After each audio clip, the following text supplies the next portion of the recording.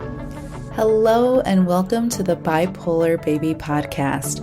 I'm your host, Erica Nicole Barrera. At the age of 24, I was diagnosed with bipolar 2 disorder. That is the day I was reborn. In this podcast, we'll explore what it's like living with bipolar 2 through my own personal experience and overall mental health struggles. Get ready to get personal. I'll be sharing tools that have helped me get through the tough times, as well as the wonderful experiences I've had through my self-love journey and spiritual healing. Together, we will develop new healthy habits, hold each other accountable, and put our mental health first. My intention is to shine a light and release any stigma there is around mental health. Let's create a community where we feel safe and open to have conversations about our mental health. Together, we can grow, thrive, and shine. Let's dive in.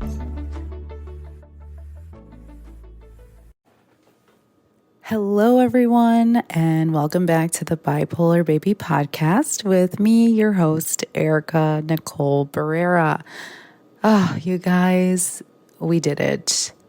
We made it to episode 10. I am so excited. I know I say I'm so excited. Oh my gosh. Okay, I'm going to stop. No, I am excited. I'm excited. I need to think of a synonym for that though. But anyways, it's episode 10. I was on like a super high after I posted the promo today for the episode that's dropping right now. And I was like, you know what, guys, I need to eat because I feel like if I were to have just come on here after that, it would be all over the place because the energy has been high. It has been go. And I am just so proud of myself for making it this far to 10 episodes. Oh my gosh.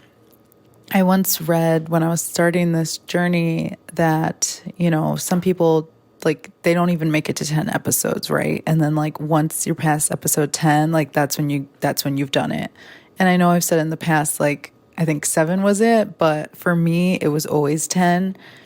And I'm so proud of myself that now episode 10, we even have a guest. We have a guest that's on the podcast today. I am beyond thrilled. I couldn't even contain myself during this whole process. I have been, but it's funny because as I was showing my sisters the promo for this episode, my sister was like, oh my gosh, you should be so proud of yourself. And I was like, you know what? I am. I was like, I think that I'm still processing the emotions because I'm like literally still going through the process of creating this podcast, this episode, all of the above. And, it's my first guest episode and it is so close to my heart and how naturally it just happened so organically. And I have an episode coming up that's basically talking about like once you put it out there into the universe to, God, whatever prayer you put out there, it comes to you when we're open. We don't necessarily have to go find it, right? Like a lot of times if we put it out there, of course, do the work in the meantime, but a lot of times it presents itself to you. So that's kind of what happened in this situation, this beautiful situation that manifested itself with me and Nez, Vanessa Garza, who is our first guest of our Bipolar Baby podcast. And yeah, it's been amazing how just organically it came about.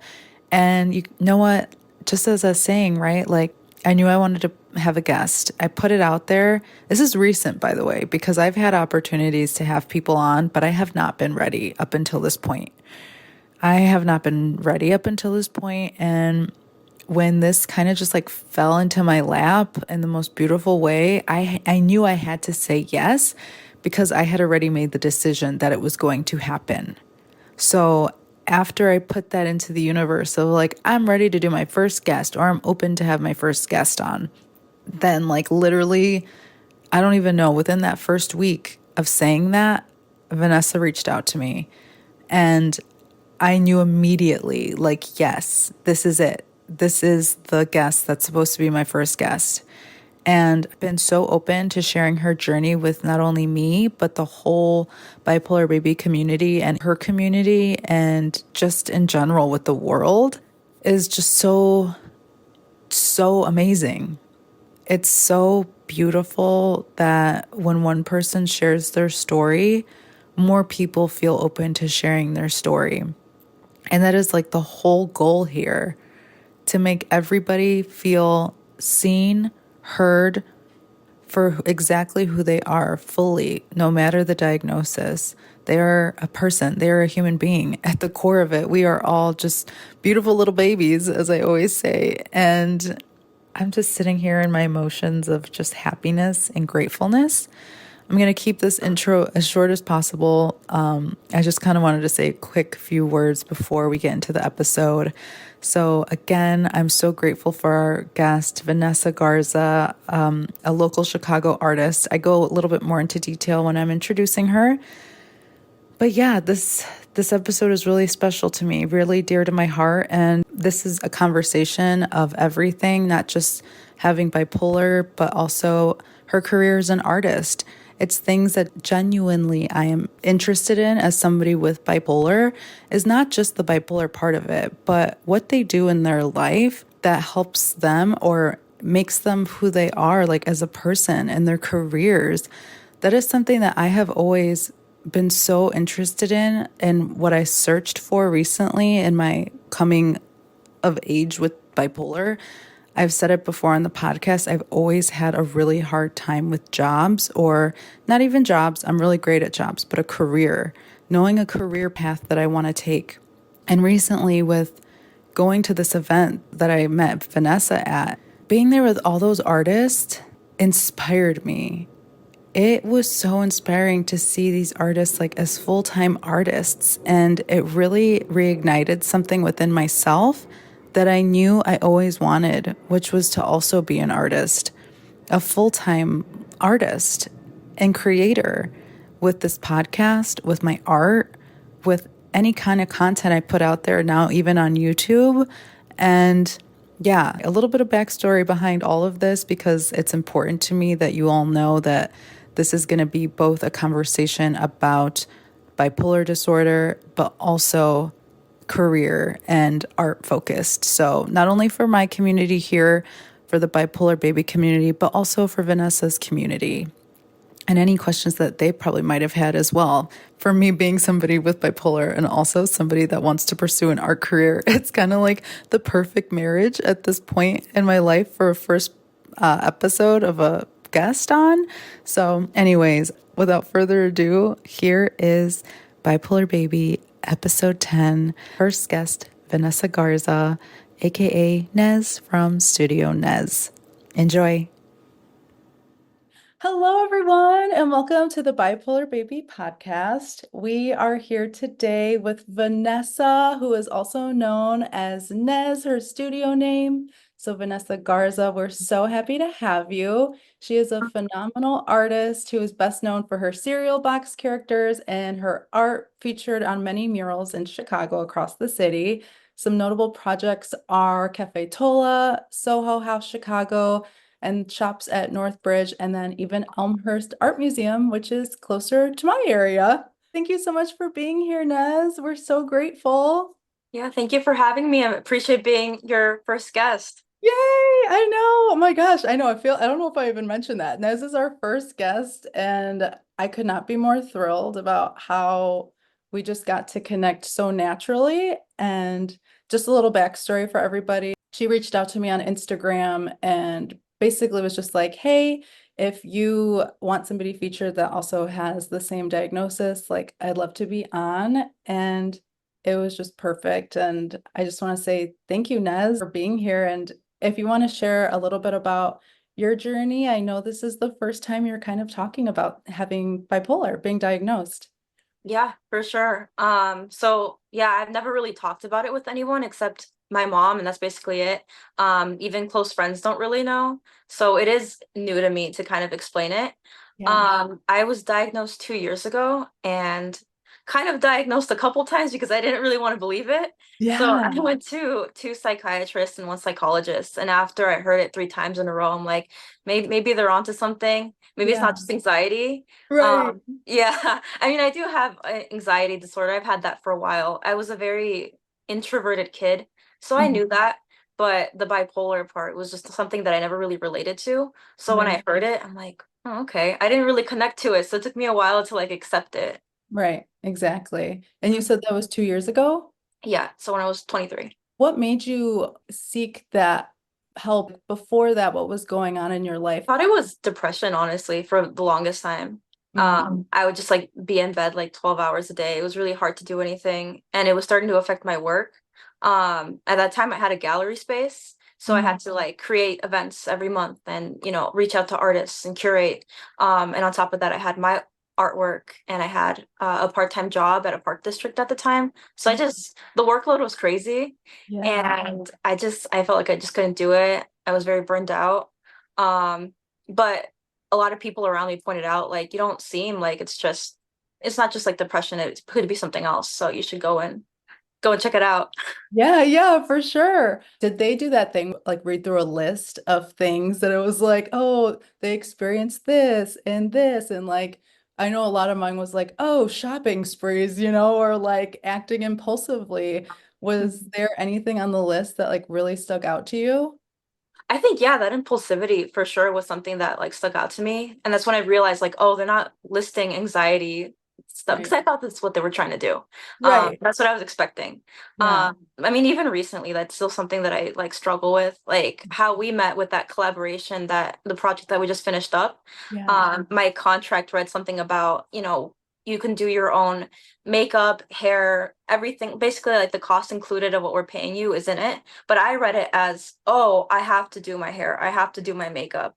So Yeah. I had like hair up to here and I loved it. I thought it was fine. Yeah. But I kind of took it as like, oh, I should go to a hair salon. So I chopped it really short. Oh, no. It was terrible. And that was 2 weeks ago. And then I went back and I got very expensive extensions because now I have long hair. So it's just, Yeah. yeah. So three different, thousands of dollars spent on something that Yeah. wasn't necessary. Right. you Yeah. know, you look back on it and it just seems so like, come on. But in the Yeah. moment, it feels like you're doing something that makes sense in your own head. Right. Yeah, absolutely. I totally get that. And it's definitely like funny when you read something and it's like it's not even meant to be that way, but then like we make up these stories in our minds where it's like, no, that's what it is. Like, Yeah. yeah. Oh my gosh. Besides your mom, you said that's basically who you've talked to about this diagnosis. How did she react to it? How did she feel about your diagnosis when you told her? Yeah, I think she kind of suspected it, maybe not bipolar specifically, but she knew it could have been something. And she's like, oh, it was always something with you, like growing up. Yeah. But she's happy that now I have like a name for it and I could actually like take the steps to, be better. Right. Um, so we both kind of have the feeling that like we're not really trying to do like any medications or anything. She's very Yeah. like into like natural, holistic Mhm. medicine. So I've been trying to get advice from her when it comes to that. Okay, that's great. So that's basically like your own way is going through like the holistic route and not necessarily like medication. As of now, I mean, have heard that like it is something that could progress as you age, and I don't know if that's true or not. Right. But I mean, if I do see signs and if I get worse, obviously, like I probably should do that. But for now, it feels like it's manageable enough where I could just do that. Yeah, absolutely. I mean, whatever works for you, it's like we know our own bodies best. So it's like, but I think it's great that you're open to whatever's best for you because that's definitely most important. And we definitely know when the time is right for certain things in our journey. So I love that you're just following whatever feels good. During the times where maybe things aren't necessarily like working out, what do you do to kind of help you through those hard times? And maybe like what do those hard times even look like for you? Yeah, I think for me, like the hardest times is just like focusing in, especially when I feel like kind of, I guess, manic, you would say, or hypomanic with type 2, which is what I think we both have. Yeah. So it doesn't go to an extreme, which is great because I can't even imagine having to deal with that. Yeah. But a lot of the time it's just like understanding, like having that education of like what's happening, so you can Hmm. kind of calm yourself down. Um, Right. it sometimes you can't really stop it. Like you say things that you don't mean, or, Mm. for me, like I have like a lot of angry outbursts with hopefully just people that are closest to me, which is, Yeah. good and bad, I guess. I don't Yeah. want to hurt the people closest to me, but that's what I feel Right. comfortable with, so that's how it comes out. Um, Exactly. but yeah, it's just kind of keeping yourself accountable and like knowing, what is happening. I can definitely relate with the outbursts and then, kind of coming to terms and being like, okay, maybe that wasn't the best response. I'm gonna learn from this. So yeah, it's definitely a learning process for sure. But I mean, Mhm. awareness is the first step. So at least we have that. Exactly. So, with your art career, I guess you kind of touched on it with how you were pursuing it before your diagnosis and then afterwards.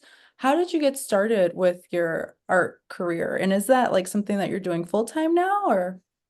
Yeah, recently I have been full time, but I went through a lot of part-time jobs like up until this point. So it's just been like a little bit over a year since I've been doing it full on. But I started as like an art vendor. So I would bring out my big table, and I don't drive, so it was kind of like a big mission to get to different places Oh in my God. Chicago and Bend. But Yeah. you have to start somewhere. A lot of like free murals just to get like my character out there. With Instagram and everything, I got like some DMs for like bigger projects, and that's just how I've been working on stuff now. That's amazing. Kind of getting that traction, which was like another question of mine. It's like, do you put a lot of that then like into the work of like pop-ups and stuff like that? I definitely have done less pop-ups recently. I'm trying to focus on just doing like very specific ones, like once a quarter. It is anxiety inducing to just be in an event and, doing a whole 8-hour day and just kind of like interact with people all day. It's very draining Right. for me. But yeah, I mean, if there's a really cool event, I'll still do it.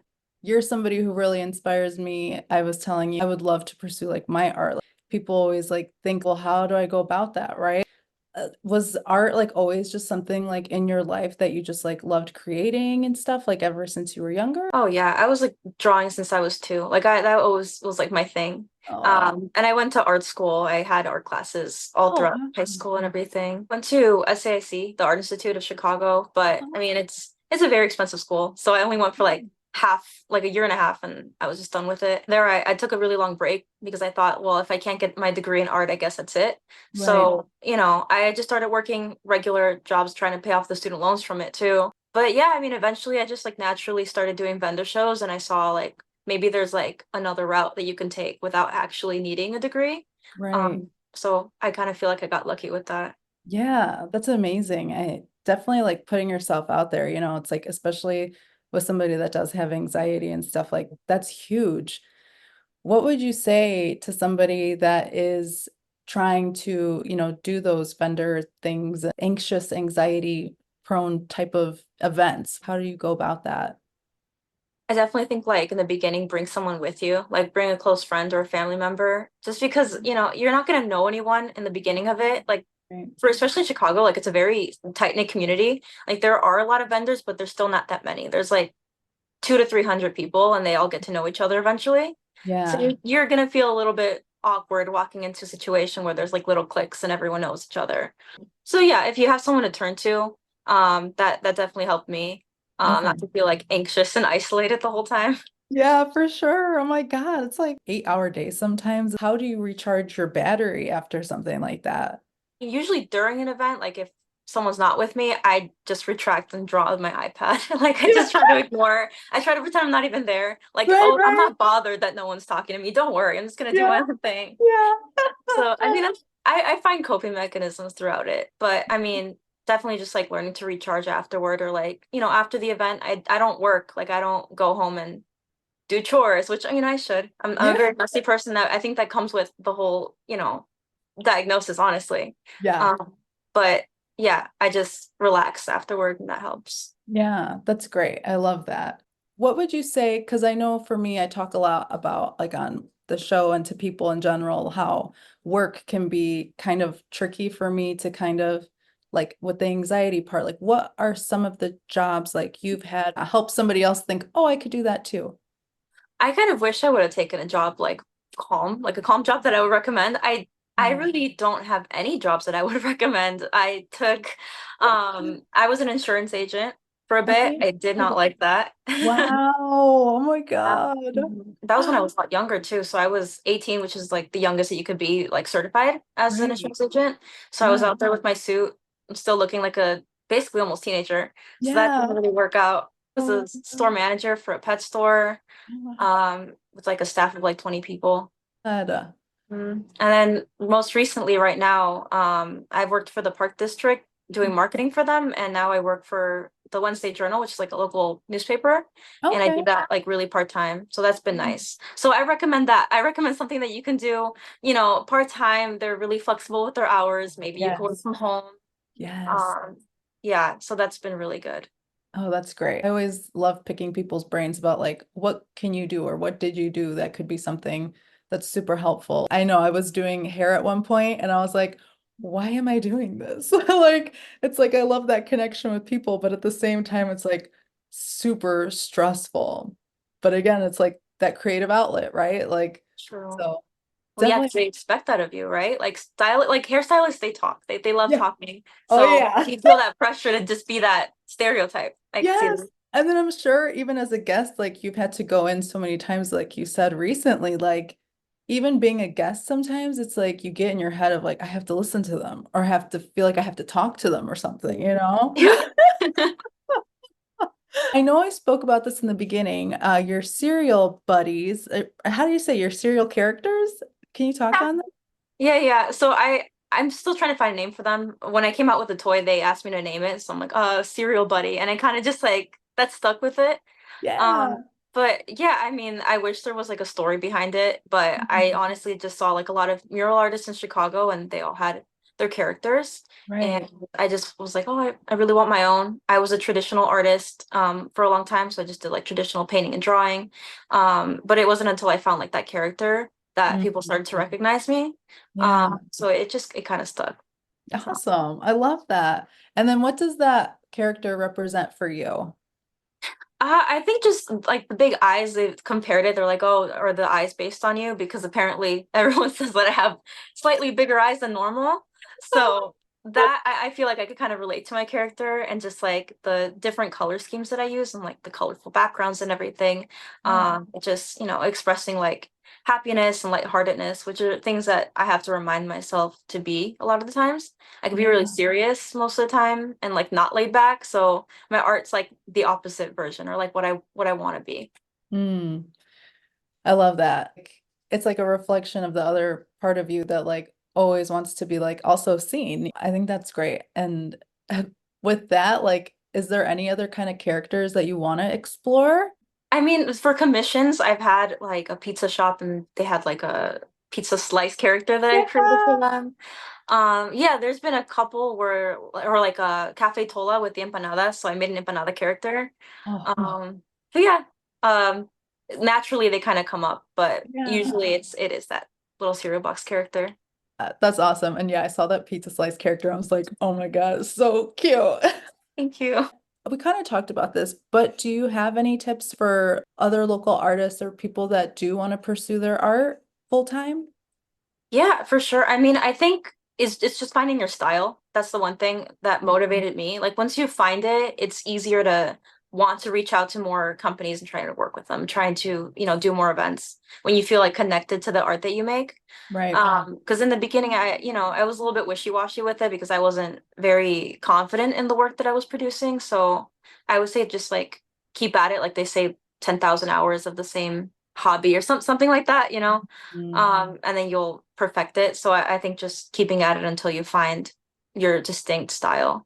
Yeah. When did you come out with like that character? Was there something maybe going on in your life that just like, I know you said kind of a little bit, but as somebody that's also trying to find like their character, like, it's like you said, kind of having to just keep it going, but like, was there something that maybe connected you with that character? Yeah, I mean, it was 3 years ago I created it. Mm, And yeah, the first couple of things that I did were actually large scale murals, which I got lucky that the first couple of projects that I did weren't just paintings at home, but I actually got the opportunity to do it. yeah. So I think just that connection of like, oh wait, maybe there's something here because Mhm. my art before that didn't really have that connection to people. Yeah, So I yeah. think that's really what it was. That's awesome. And what was that for? That commission that was for the mural? Yeah, it was at Project Logan. It's not there anymore, but it used to be a collaboration wall. So every month they change out like the murals on the wall. Yeah. It became like I think like a apartment complex now. But it was cool when I was there. Yeah. Yeah, when it was there.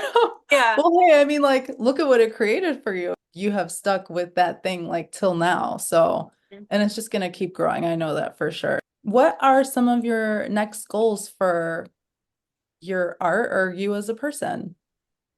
I mean, art-wise, I just want to continue to see how the character can grow with me. I biggest goal is like a clothing line for children. I've been wanting to do that forever. Maybe like a storybook to go along with the coloring book I made. Yeah, honestly, Oh. just overall, just trying to learn more about bipolar because it's pretty new to me. So I still have a lot of education to go on and hopefully improve myself over time. Yeah. I think that's so cool. Like that direction that you want to go in with your art, it makes so much sense. And it's like, hey, the first step is like speaking it out to existence. So it's like you never know, but that would be Mhm. so cool. And I would be all for that. And I don't even have a kid. Well, that's the thing too. Like adults, like they tend to like it.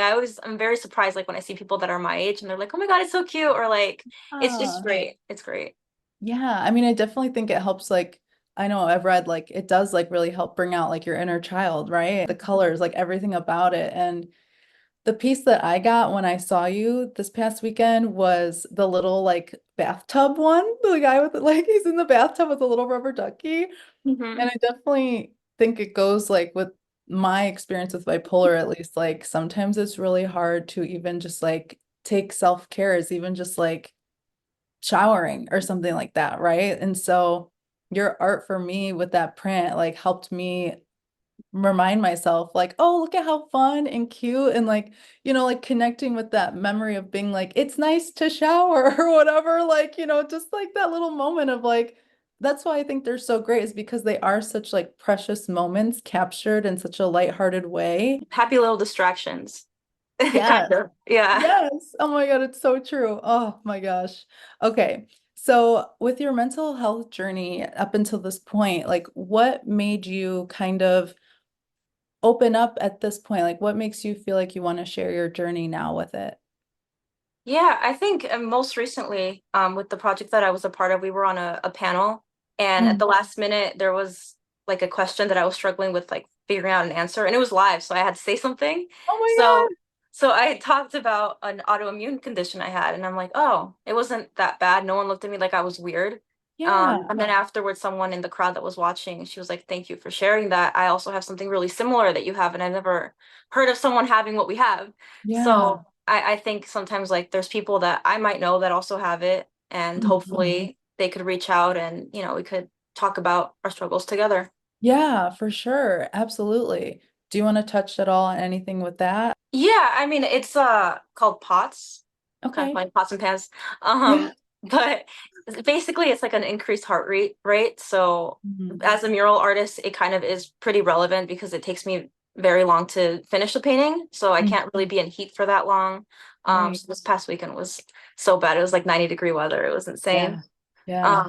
Or like an increased heart rate. So usually the average person has like, I don't know, like 90 beats per minute. Mine's like 120, and that's like pretty normal. Yeah. So yeah, I mean, it's pretty manageable. It's nothing crazy, but it is something that I have to like deal with on the daily. So I Right. was happy that I shared it.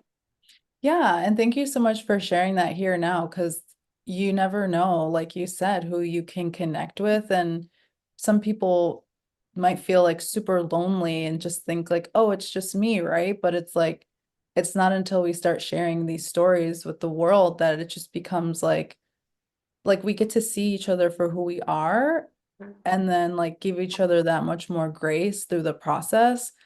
And I mean, I'm just gonna like talk about it for a second, but it's like even with like work, right? Like how you're so open about being like a mural can take me a little bit longer. And some people might be like even scared to say that out loud, right?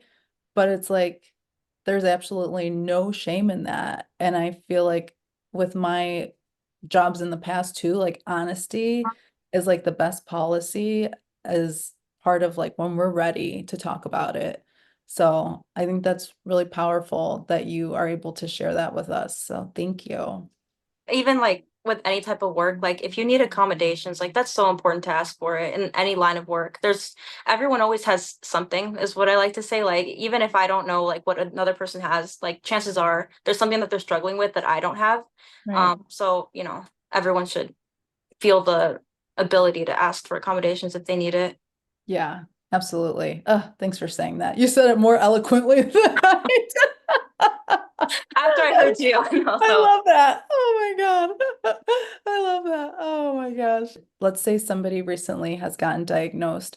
What would you like to say to somebody that has been recently diagnosed that maybe was feeling lost at some point too, or is having some trouble accepting that?